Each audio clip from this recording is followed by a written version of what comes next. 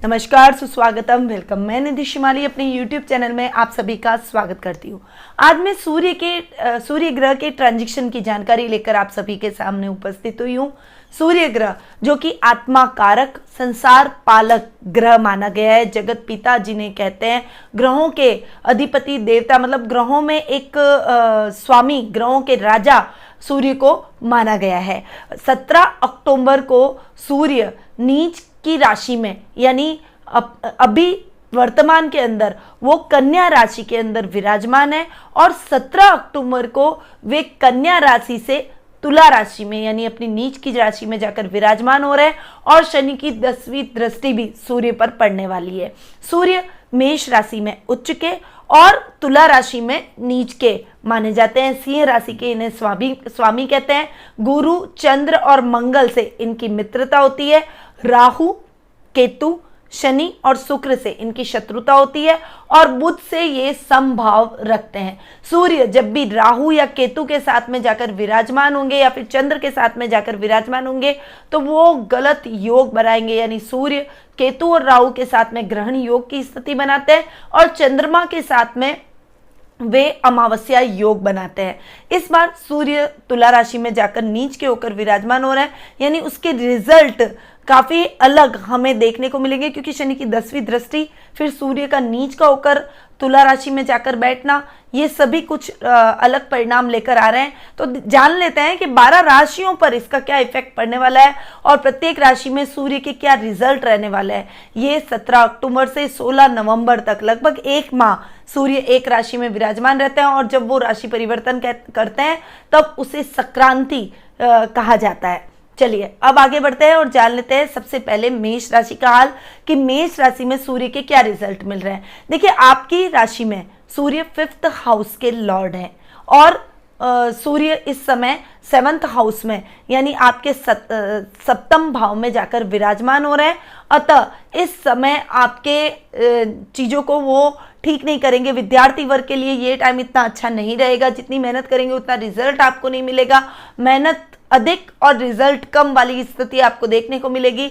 कुछ निराशा, कुछ चिंता के भाव आप पर छाए रह सकते हैं। वैसे सूर्य बुध का बुधादित्य योग भी बन रहा है सभी राशियों में, परंतु सूर्य पर शनि की 10वीं दृष्टि पड़ना, सूर्य का नीच का होकर नीच की राशि में जाकर बैठना, ये सभी परिणाम आपके लिए इस समय विपरीत रहने वाले हैं। मेष राशि वालों को बहुत ही संभल कर रहना पड़ेगा। खासकर विद्यार्थी वर्ग के लिए ये टाइम अच्छा नहीं है। कार्य क्षेत्र में भी आपके काम बनेंगे नहीं, इसलिए इस समय आपको नए कार्यों की शुरुआत नहीं करनी चाहिए। अपने पुराने पेंडिंग पड़े हुए कार्यों को फटाफट से पूर्ण करें तो आपके लिए बेटर रहेगा। इस समय आपका मन आध्यात्मिकता में अधिक लगेगा। भगवान की भक्ति, पूजा पाठ, इन चीजों के अंदर आपका मन अधिक लगने वाला है। अब आगे बढ़ते हैं और जान लेते हैं वृषभ राशि का हाल। आपकी राशि में सूर्य 4th हाउस के लॉर्ड है और 6ठे भाव में जाकर विराजमान हो रहे हैं। इस समय सूर्य बहुत अच्छे रिजल्ट आपको देने वाले हैं। आपके सुखों में वृद्धि करेंगे। माँ के साथ आपके जो संबंध बिगड़ गए थे उन संबंधों को सही करने में भी इस समय अहम भूमिका सूर्य ग्रह की रहने वाली है, यानी इस टाइम में आपके संबंध सही हो जाएंगे। माता के साथ आपकी ट्यूनिंग बहुत बेहतर होती हुई नजर आएगी। नए नए सुखों को आप प्राप्त करेंगे, यानी भूमि, भवन, वाहन जैसे सुख आपको पूर्ण रूपेण मिलेंगे। फाइनेंशियल कंडीशन ठीक होती हुई नजर आएगी। जो स्थितियां आपकी बिगड़ चुकी है वो स्थितियां अब वापस सुधरने लगेगी, यानी ये टाइम आपके लिए सुख कारक, सुखों में वृद्धि कारक, प्रॉपर्टी में वृद्धि कारक, माता के साथ में संबंधों को निभाने वाला रहेगा। अब बात करते हैं मिथुन राशि की। आपकी राशि में सूर्य पराक्रम भाव के स्वामी है और 5म भाव में जाकर विराजमान हो रहे हैं। अतः ये टाइम आपके पराक्रम को विपरीत दिशा में ले जाएगा, यानी एग्रेसिवनेस, क्रोध की वजह से नई नई समस्याओं को आप इस समय न्योता देते हुए दिखाई देंगे। इस समय आपके भाई बहनों के साथ भी ट्यूनिंग बिगड़ सकती है, पैतृक संपत्ति को लेकर या फिर किसी बिजनेस को लेकर, किसी भी चीज को लेकर मनमुटाव की स्थितियां देखने को मिलेगी और भाइयों के साथ जो संबंध आपके अच्छे चल रहे थे वो संबंध अब खराब होते हुए दिखाई देंगे। ये टाइम आपके लिए बहुत ही संभल कर रहने वाला रहेगा, क्योंकि इस समय आप एकाकीपन से जूझेंगे, अपनी तकलीफों को जाहिर नहीं कर पाएंगे। जो काम आपके होने चाहिए थे सुचारू रूप से वो नहीं हो पाएंगे, इच्छाएं पूर्ण नहीं होगी।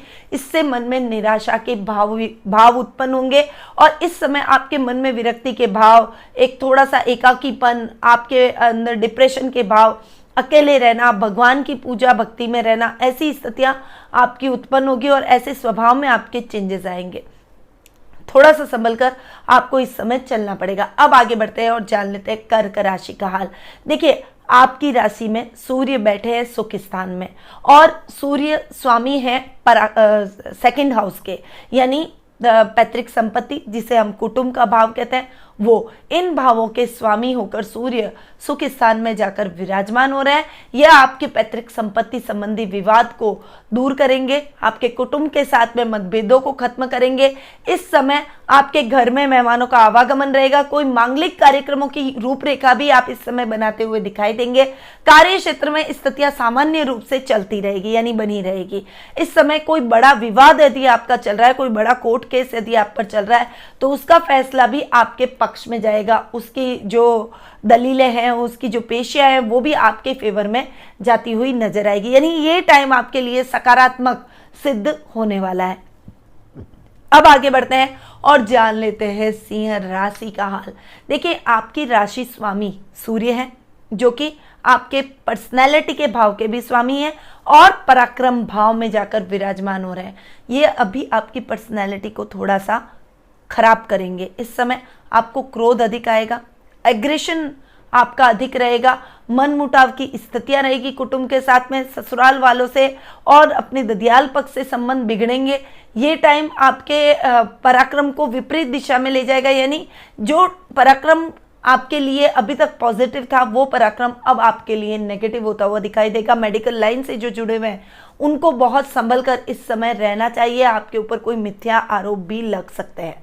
अब बात करते हैं कन्या राशि की। आपकी राशि में सूर्य सेकंड हाउस में जाकर विराजमान हो रहे हैं और 12th हाउस के लॉर्ड हैं। इस समय आपके अनर्गल खर्चों में कमी आएगी, बचत की प्रवृत्ति आपकी अधिक होगी, और बचत की प्रवृत्ति अधिक होगी तो आपकी फाइनेंशियल कंडीशन भी ठीक होती हुई नजर आएगी। कोई मुकदमेबाजी अगर आप पर बहुत लंबे टाइम से चल रही है, तो वो अब खत्म हो जाएगी। इस समय आपके अनर्गल विवाद खत्म होंगे। किसी से बहुत लंबे टाइम से मनमुटाव चल रहे थे, तो वो मनमुटाव भी आपके खत्म होते हुए दिखाई देंगे। दाम्पत्य जीवन में मधुरता के भाव भी इस समय देखने को मिलेंगे। अब आगे बढ़ते हैं और जान लेते हैं तुला राशि का हाल। आपकी राशि में इस समय सूर्य विराजमान हो रहे हैं और आपके 11th हाउस के लॉर्ड है। इस समय आपको थोड़ी सी तकलीफें अपने लाभ में देखने को मिलेगी। लाभ बहुत फ्लक्चुएट होगा। जो लाभ की स्थितियां थी, उससे ज्यादा खर्चों की स्थितियां उत्पन्न हो जाएगी। आपके शत्रु आपके लाभ को हानि में बदल देंगे। इस समय आपके जो प्रोजेक्ट अटक गए थे, वो प्रोजेक्ट और आपको नुकसान की स्थितियां दिलवाएंगे। ये टाइम बहुत ही संभल कर चलने का रहेगा, क्योंकि पारिवारिक भी कलह का वातावरण बन सकता है और उस वजह से आपको कई दिक्कतों का सामना करना पड़ सकता है। ये टाइम आपके लिए इतना अच्छा नहीं है, ये मैं आपको क्लियरली बता देती हूँ। इसीलिए तुला राशि वालों को बहुत ही संभल कर चलना पड़ेगा। आपकी पर्सनैलिटी में की वजह से भी आप कई लोगों को, अपने मित्रों को भी शत्रु बना लेंगे। इस समय आपकी नौकरी जाने के भी चांसेस है, क्योंकि बॉस से अनर्गल बहस का वातावरण आपका बन जाएगा। इसीलिए संभल कर रहना और समझदारी से काम लेंगे। जितना शांत रहेंगे उतना आपके लिए बेटर रहेगा। अब आगे बढ़ते हैं और जान लेते हैं वृश्चिक राशि का हाल। आपकी राशि में सूर्य कर्म भाव के स्वामी हैं और 12th हाउस में जाकर विराजमान हो रहे हैं। देखिए, सूर्य आपके कार्य को इस समय बढ़ाएंगे, क्योंकि नीच के होकर 12th हाउस में बैठ रहे हैं, तो वो आपको पॉजिटिव रिजल्ट देंगे, आपके काम को बढ़ाएंगे, आपकी प्रसिद्धि को बढ़ाएंगे। इस समय आपके पिता का पूर्ण रूपेण मार्गदर्शन आपको प्राप्त होगा। जो काम आपके अधूरे रह गए थे, वो काम द्रुत गति से चलते हुए दिखाई देंगे। काम में बहुत अच्छी प्रोग्रेस करेंगे। इस समय नई नई योजनाएं आप बनाएंगे और नई नई योजनाओं का क्रियान्वयन भी करेंगे। एकदम से आप नई नई कंपनियों के साथ टाई अप करना, एक ब्रांड नेम अपना बनाना, ये आपकी प्रवृत्ति इस समय बनेगी। मेडिकल से रिलेटेड जो सर्जन हैं, या फिर आंखों के डॉक्टर हैं, या फिर MBBS कर रहे हैं, या फिर नीट की तैयारी कर रहे हैं, उन सभी के लिए ये टाइम बहुत ही पॉजिटिव रहने वाला है। यदि आपका एग्जाम होना है या उसका रिजल्ट आना है नीट का, तो वो बहुत पॉजिटिव जाएगा। और यदि आप ऑलरेडी इस चीज़ों में संलग्न हैं, तो भी आपको बहुत अच्छे रिजल्ट मिलेंगे। आभूषणों के व्यापारी हैं तो आपको बहुत अच्छे परिणाम इस महीने सूर्य के देखने को मिलेंगे। अब आगे बढ़ते हैं और जान लेते हैं धनु राशि का हाल। आपकी राशि में सूर्य भाग्य स्थान के स्वामी हैं और लाभ भाव में जाकर विराजमान हो रहे हैं। देखिए, भाग्य स्थान के स्वामी लाभ भाव में नीच के जाकर विराजमान होना आपके भाग्य की स्थितियों को थोड़ा सा फ्लक्चुएट करेंगे। इस समय आपका लाभ भी फ्लक्चुएट होगा और भाग्य भी फ्लक्चुएट होगा। भाग्य आपका साथ नहीं देगा, इसीलिए कोई भी नए कार्य की शुरुआत ना करें। कोई पेंडिंग पड़े हुए काम है तो उनको पहले पूरा करें, फिर उसके बाद में नए कामों की रूपरेखा बनाएं। हो सके तो इस महीने नए नए कार्यों को टालना चाहिए। दूरगामी यात्रा को भी टालेंगे तो आपके लिए ठीक रहेगा। इस समय परोपकारिता और मानवता के भाव आपके अंदर आएंगे। परोपकार जितना आप करेंगे, जितना आप दान पुण्य करेंगे, उतना ही आपके लिए ठीक रहेगा। पीली वस्तुओं का दान जरूर करें ताकि आपको सूर्य के पॉजिटिव रिजल्ट मिल सके। अब आगे बढ़ते हैं और जान लेते हैं मकर राशि का हाल। आपकी राशि में सूर्य अष्टम भाव के स्वामी है और कर्म भाव में जाकर विराजमान हो रहे हैं। देखिए, अष्टमेश का कर्म भाव में जाकर बैठना आपके कामों को ठीक करेगा। इस समय आपके ससुराल वालों से कोई विवाद है तो वो ठीक हो जाएगा। पारिवारिक मतभेद की स्थिति है तो वो ठीक होती हुई नजर आएगी। शेयर मार्केट में इन्वेस्टमेंट करेंगे तो आपको लाभ की स्थितियां देखने को मिलेगी। वही लॉटरी में भी आप बहुत अच्छा लाभ प्राप्त करते हुए दिखाई देंगे।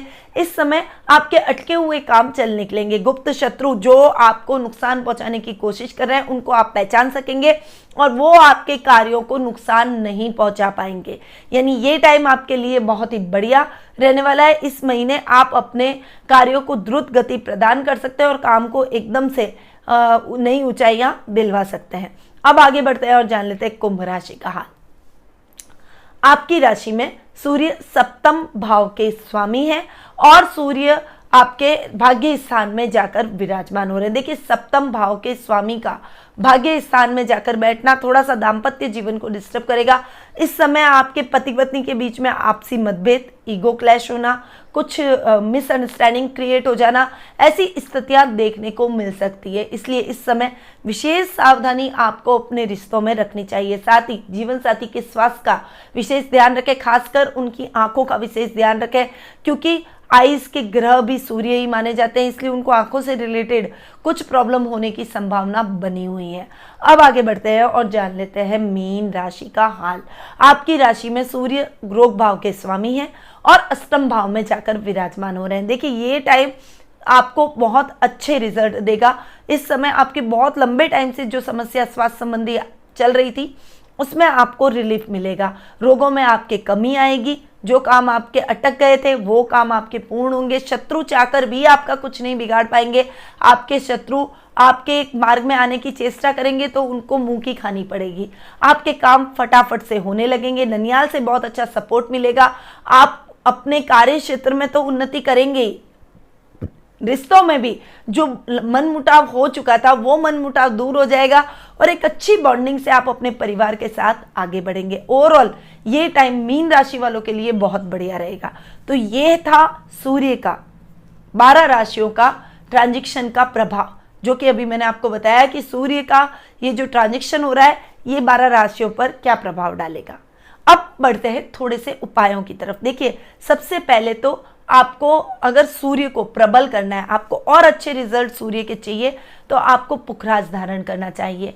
साथ ही आपके लग्न बिस्सा पेंडेंट यदि आप लेते हैं तो वो भी आपको उन्नतिदायक रहते हैं, आपके जीवन को आगे बढ़ाते हैं और आपके मार्ग में आ रही समस्याओं को दूर करते हैं। सूर्य देव को सुबह रोज अर्घ जरूर दें और आदित्य हृदय स्तोत्र का पाठ करें। यदि सूर्य आपको नेगेटिव रिजल्ट दे रहे हैं तो पीली वस्तुओं का दान करना आपके लिए बहुत ही शुभ फलदायक रहेगा।